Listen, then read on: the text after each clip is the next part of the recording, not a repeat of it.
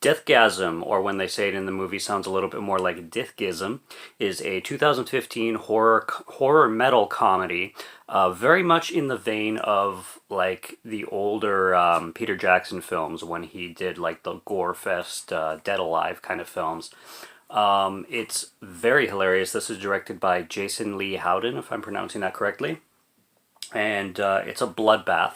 This is a Raven Banner release, and pretty much everything that I've seen by Raven Banner I can give full thumbs up to. I've never had any film come out of that distribution company that I didn't like a lot. And yeah, this is packed with lots of practical effects and lots of gore and a lot of really clever comedy. You know, you get that New Zealand comedy in here tenfold, and a lot of like kind of metal puns, but everything is very satirical when it comes to the metal scene and the horror genre and the horror scene as well.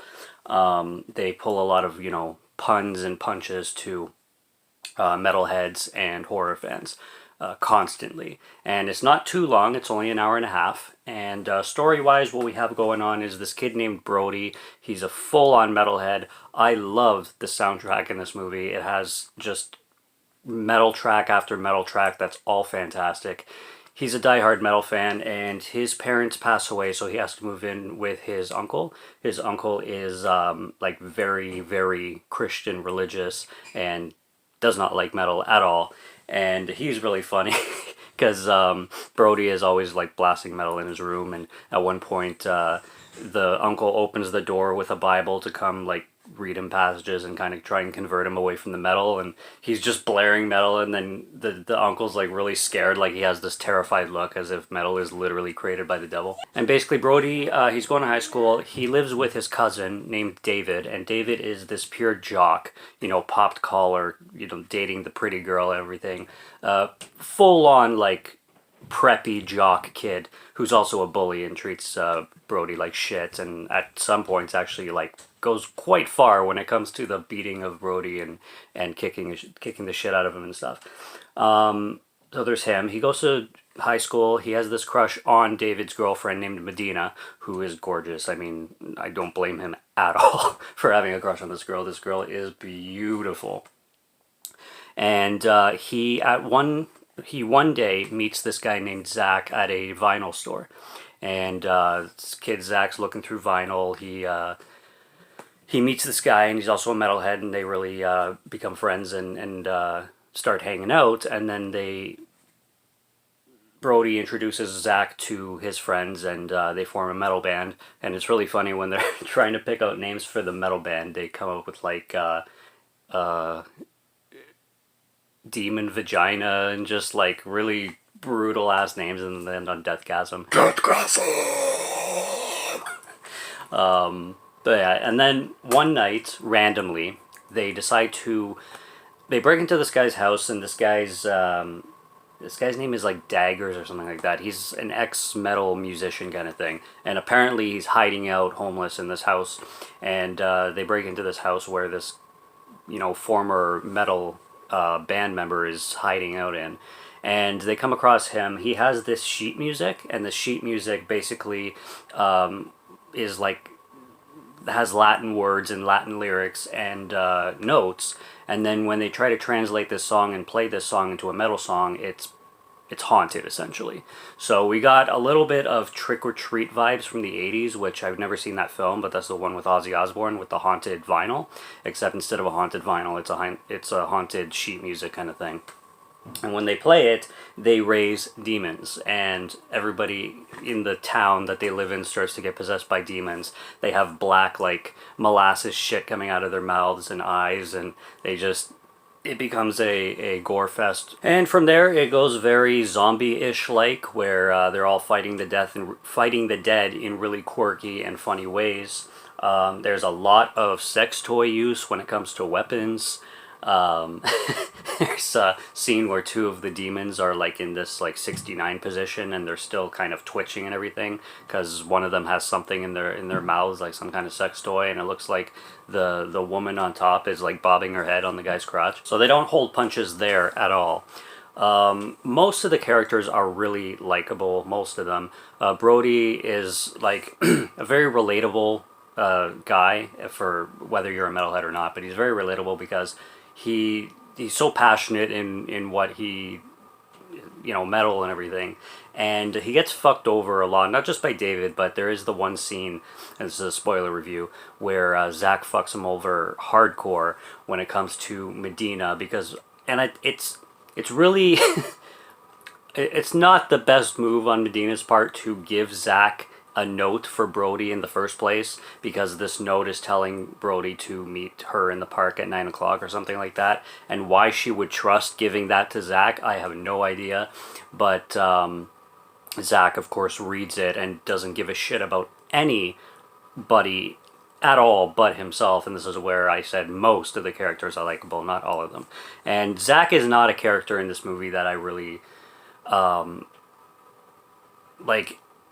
He's unwinnable. He's unforgivable. Like, even there's the scene afterwards later on in the movie where Brody finds out what happened, and then he gets into a scrap with Zach. But 2 minutes later, he forgives him about the whole thing because we have demons to take care of now, and they do their whole like metal bro handshake and everything. I'm like, dude, like, trying to steal your best mate's girlfriend is not cool.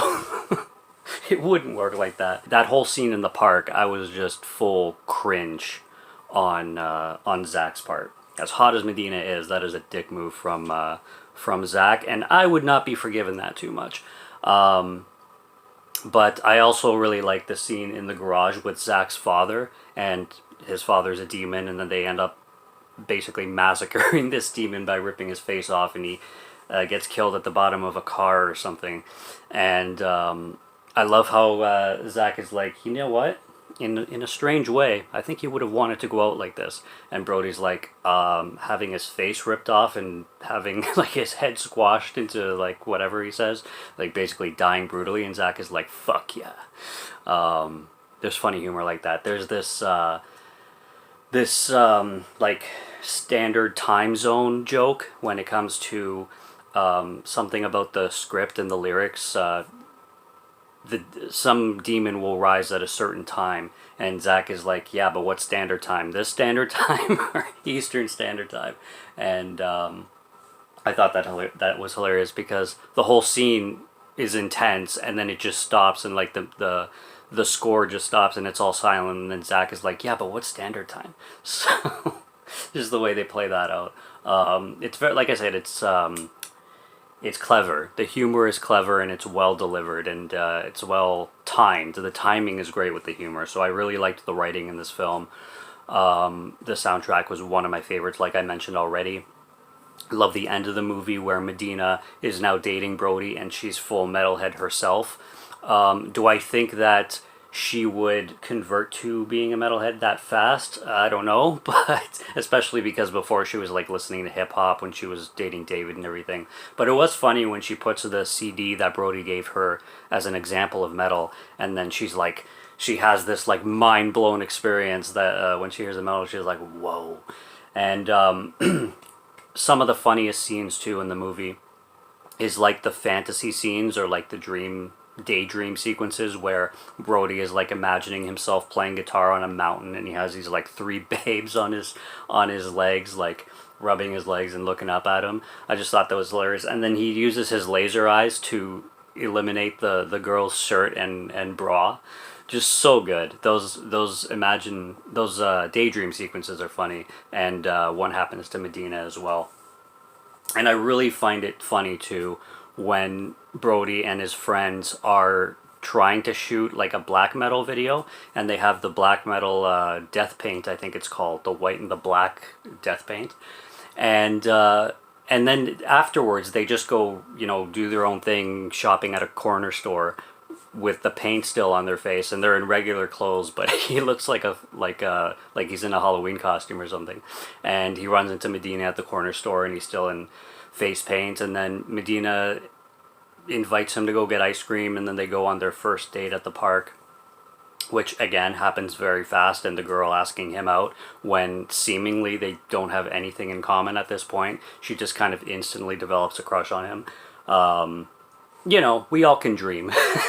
This film is filled with a lot of like fantasy kind of suspend your disbelief moments like that, but they're still funny because it doesn't matter if you have to suspend your disbelief. It's not the point. The point is just the, not even the ridiculousness, but the entertainment value of it. The, you know, the Brody winning, Brody basically becoming the hero at the end of the day. But just the fact that they had the death paint on their face just made me laugh, because he's acting all normal and he's, you know, all talking shy and like he's this quirky little high school kid, and he looks like he's part of a death metal band, or a black metal band, sorry. I just found that funny, but yeah. And this, the best thing too is how much this film doesn't hold back with the gore and the practical effects. A movie like this definitely needs practical effects. There's little, if any, CGI at all. I think pretty much everything is pure practical effects, so that's cool. That's always a win for me. And if you haven't watched Deathgasm, I don't know why you're watching the spoiler review, but still, go check out Deathgasm, because this review alone doesn't do this film justice.